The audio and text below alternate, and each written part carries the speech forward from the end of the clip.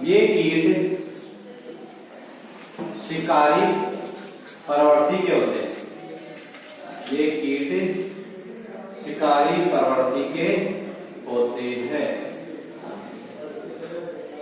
ये कीट शिकारी प्रवृत्ति के होते हैं। दूसरा लिखो, इन कीटों का मुख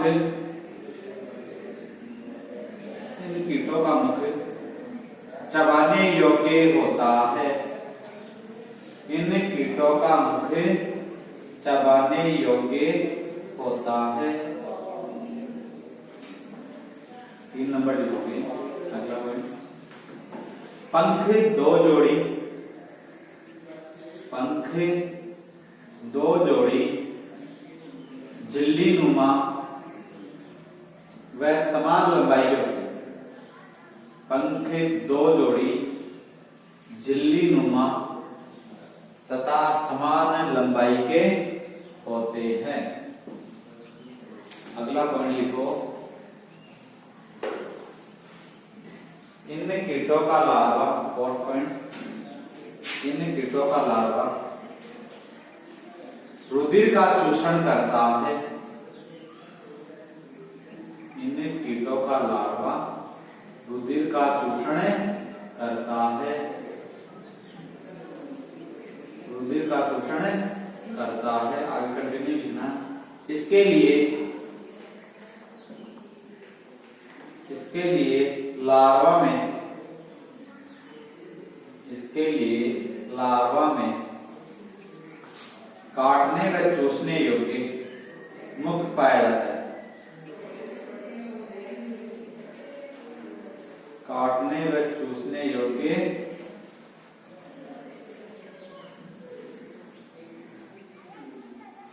मुख पाया जाता है। लिख लिया। अब 2 नंबर गण है मेकोपेरा। एग्जाम्पल बताएंगे। मेकोपेरा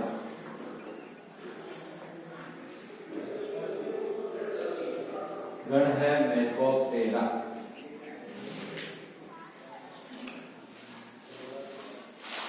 फर्स्ट लिखो, इन कीटों में 2 जोड़ी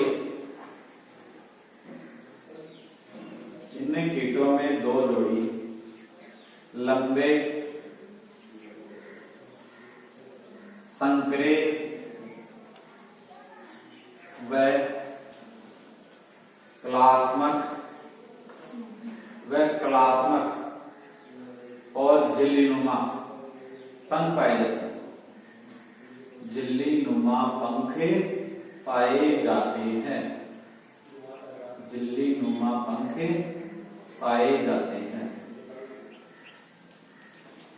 अगला पॉइंट लिखना 2 नंबर, इन कीटों का मुख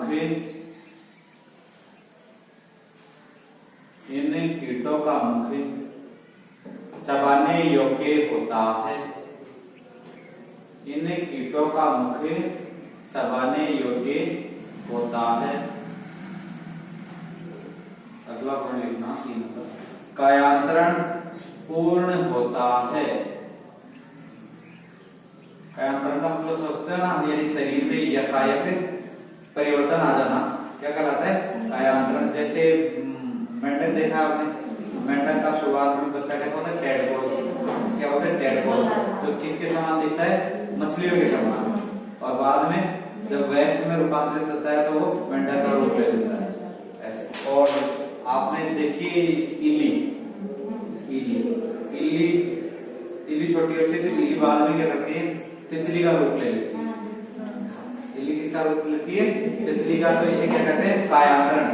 इसे क्या कहते हैं? जंतुओं का कायांतरण, यानी शरीर में यकायक परिवर्तन होना क्या कहलाता है? कायांतरण कहलाता है। एग्जाम्पल लिख लो, बिच्छू मक्खियां।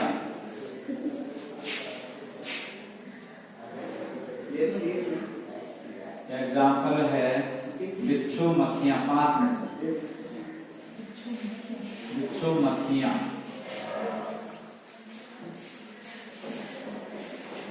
बिच्छू मक्खियां। अगला जो गण है टाइपोप्टेरा, गण नंबर 3 ट्राइकोप्टेरा,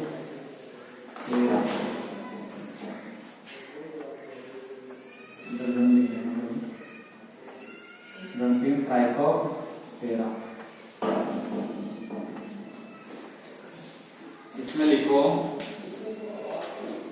ये कीट, फर्स्ट नंबर, ये कीट छोटे स्लब के समान हल्के गदले रंग के होते हैं।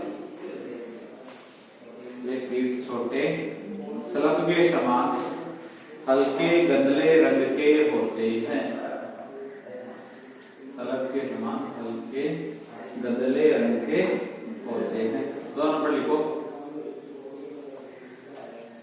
श्रृंगिकाएं लंबी व पतली होती है। श्रृंगिकाएं लंबी व पतली होती हैं। 3 नंबर लिखो,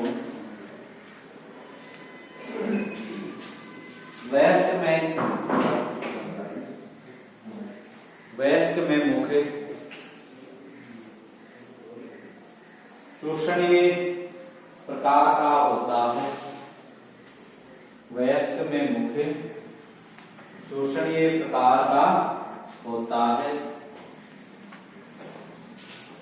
4 पॉइंट लिखो, इन कीटों के पंख 2 जोड़ी, इन कीटों के पंख 2 जोड़ी झिल्लीनुमा व रोम युक्त होते हैं।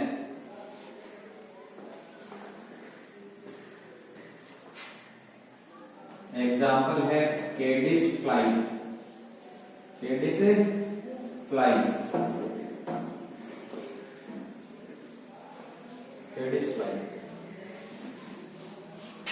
गण नंबर 4 हाइमेनोप्टेरा, लास्ट गण होगा।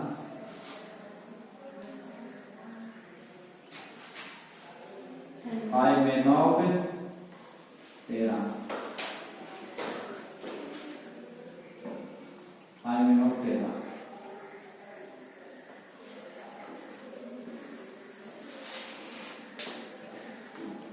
इसमें लिखो फर्स्ट पॉइंट, ये कीट छोटे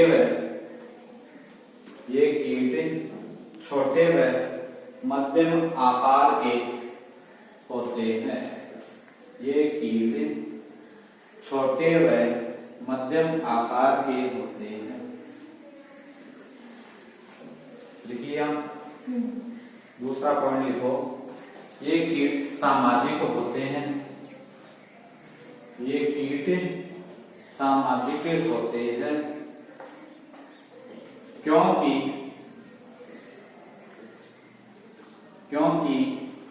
ये कीट कॉलोनी बनाकर रहते हैं। क्योंकि ये कीट कॉलोनी बनाकर रहते हैं। जैसे रानी श्रमिक नर, रानी श्रमिक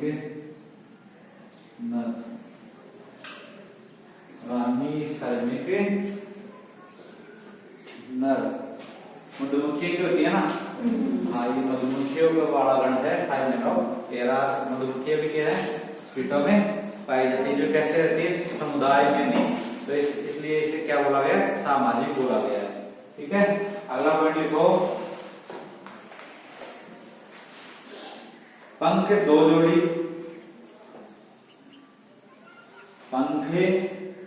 जोड़ी, वह झिल्ली समान होते हैं।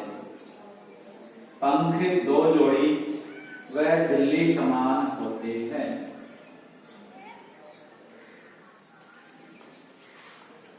पंख 2 जोड़ी वह झिल्ली समान होते हैं। जिसमें पश्चे जोड़ी पंख,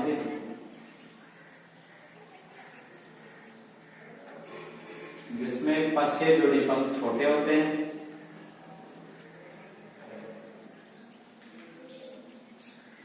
जो छोटे छोटे पुपों के द्वारा,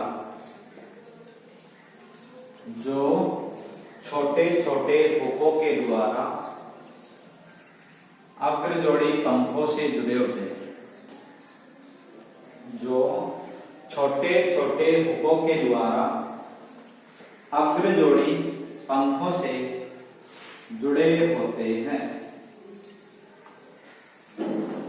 अगला पॉइंट लिखना, पॉइंट नंबर, मुख चबाने व काटने का कार्य करता है। मुख चबाने व काटने का कार्य करता है। मुख चबाने व काटने का कार्य करता है। फिफ्थ पॉइंट लिखो, इन कीटों के उदर के अंत में,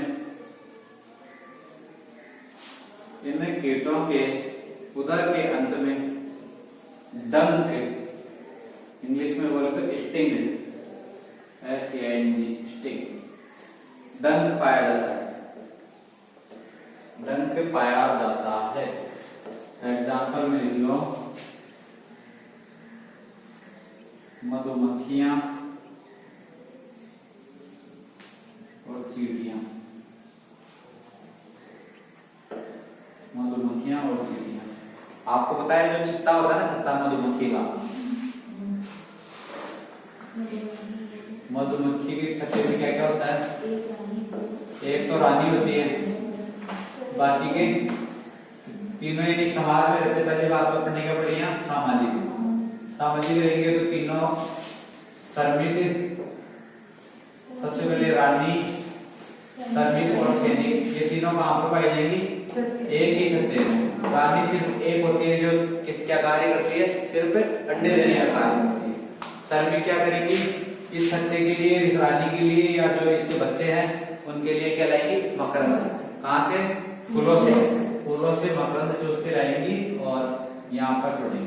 और जो इस छत्ते का जो सुरक्षा का कार्य कौन करता है? ये जो सैनिक मधुमक्खियां होती हैं जिनके ऊपर डंक पाया जाता है। डंक से कौन सी मक्खियां मारेंगी? सैनिक मधुमक्खियां। आप देखा होगा घरों के अंदर अपन नल चलाते हैं तो नलों के ऊपर मधुमक्खियां होती है तो डंक नहीं मारती, अक्सर मारती है क्या?